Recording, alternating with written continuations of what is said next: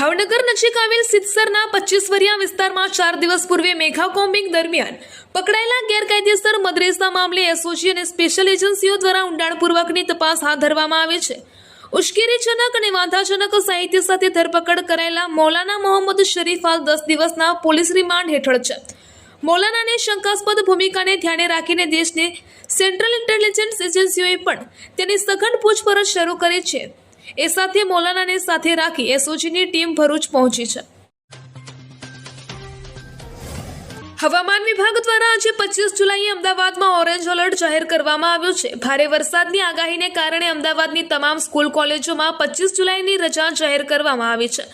આ ઉપરાંત એસએમસી સંચાલિત તમામ આંગણવાડીઓને પણ તારીખ 27 જુલાઈ 2026 સુધી બંધ રાખવાનો નિર્ણય લેવામાં આવ્યો છે। વરસાદના વિરામ બાદ પણ હજુ સુધી બાવળા વિસ્તારમાં વરસાદી પાણી ઓસર્યા નથી, જેને લઈને ગ્રામ્ય પોલીસે સનાથલથી બાગોદર સુધીનો રોડ બંધ કર્યો છે।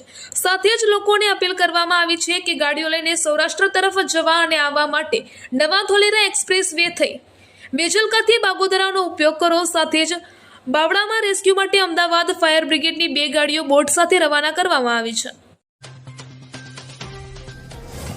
આજે સવારના 6 વાગ્યાથી બપોરના 12 વાગ્યા સુધીમાં 169 તાલુકામાં 1 મીમીથી લઈને 2.5 ઇંચ સુધીનો વરસાદ નોંધાયો છે। સૌથી વધુ વલસાડના કપરાડામાં 2.20 ઇંચ, વાવથરાદના દિયોદરમાં 2 ઇંચ વરસાદ વરસ્યો છે। નવસારીમાં અતિવૃષ્ટિ પૂર બાદ કેન્દ્રીય મંત્રી CR પાટીલ અને કેબિનેટ મંત્રી નરેશ પટેલે પૂર પીડિત વિસ્તારોની મુલાકાત લઈ સાંજ સુધીમાં સર્વે કરી સહાય ચૂકવવાની ખાતરી આપી છે।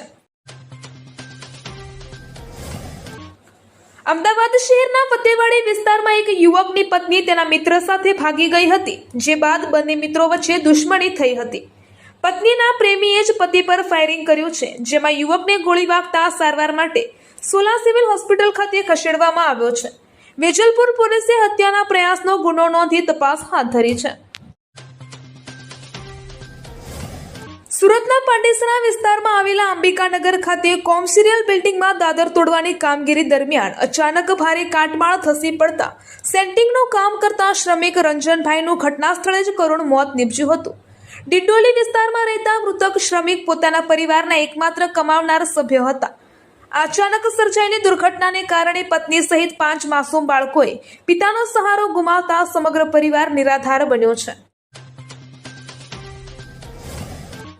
રાજકોટ શહેરમાં પોલીસમેનના ભત્રીજાનું ગેરકાયદે હથિયાર વડે ફાયરિંગ કરી હત્યા નિપજાવવાની ઘટના બાદ શહેર પોલીસ દ્વારા ગેરકાયદે હથિયારો રાખતા અને સપ્લાયરો પર ખોશ બોલાવી કાયદેસરની કાર્યવાહી હાથ ધરવામાં આવી રહી છે। ટીસીબી દ્વારા મુખ્ય સપ્લાયર સહિત 20 આરોપીઓ પાસેથી 38 ગેરકાયદે હથિયાર કબજે કરાયા બાદ ગઈકાલે ક્રાઇમ બ્રાન્ચ દ્વારા 2 દેશી બનાવટની પિસ્તોલ તેમજ 1 દેશી તમંચા સાથે 8 જીવતા કારતૂસ અને 2 શખ્સોને ઝડપી પાડી કાયદેસરની કાર્યવાહી હાથ ધરવામાં આવી છે। શહેરમાં ખાડીપુરની વિકટ પરિસ્થિતિને આજે સતત 4થો દિવસ થઈ ગયો હોવા છતાં સ્થિતિમાં કોઈ સુધારો જોવા મળ્યો નથી। શહેરના પર્વતગામ, પર્વતપાટિયા, મગોબ, મીઠી ખાડી, ગીતાનગર અને માધવબાગ સહિતના નીચાણવાળા વિસ્તારોમાં હજુ પણ 4 થી 5 ફૂટ જેટલા પાણી ભરાયેલા છે અને સમગ્ર વિસ્તાર જળબંબાકાર થઈ ગયો છે। પૂરના પાણી ઓસરવાનું નામ ન લેતા સ્થાનિક રહીશો અને નોકરિયાત વર્ગ માટે રોજિંદુ જીવન નરકાગાર બન્યું છે। વડોદરામાં દેવપોઢી એકાદશીના પાવન અવસરે ભગવાન શ્રી વિઠ્ઠલનાથજીનો 217મો ઐતિહાસિક વરઘોડો અત્યંત ભક્તિભાવપૂર્વક નીકળ્યો હતો। રાજવી પરિવારની સક્રિય હાજરી, પરંપરાગત વિધિઓ અને હજારો હરિભક્તોની ઉપસ્થિતિ વચ્ચે ભગવાન સોના ચાંદીના રથમાં બિરાજમાન થઈને નગર ચર્ચાએ નીકળ્યા હતા। આ પ્રસંગે વડોદરાના રાજમાર્ગો પર હજારો ભક્તોની ભારે ભીડ જોવા મળી હતી।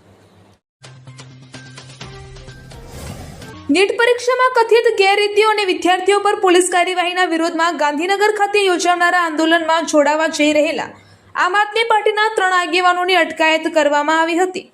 કુતિયાણા વિધાનસભાના પ્રભારી મેરુભાઈ ઓડેદરા, રાણાવાવ તાલુકા પ્રમુખ નિલેશભાઈ વસરા અને કુતિયાણા તાલુકા સંગઠન મંત્રી રામાભાઈ બેરિયાને રાણાકંડોરના નજીક રામવાડી વિસ્તારમાંથી પોલીસે રોક્યા હતા।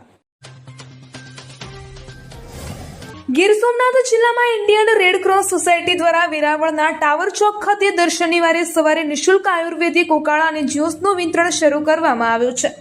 આ પહેલનો હેતુ નાગરિકોને અને નગરજનોને સિઝનલ સ્વાસ્થ્ય લાભ પૂરો પાડવાનો છે. રેડક્રોસ સોસાયટીની ગીર સોમનાથ જિલ્લા શાખા આરોગ્ય ભવન અને બ્લડ સેન્ટર 2023ની વિવિધ આરોગ્ય સેવાઓ જેવી કે blood bank, physiotherapy, dental clinic, pathology laboratory, Jan Aushadhi કેન્દ્ર, ડિઝાસ્ટર મેનેજમેન્ટ અને ફર્સ્ટ એડ ટ્રેનિંગ સેન્ટર જેવી સુવિધાઓ પૂરી પાડે છે.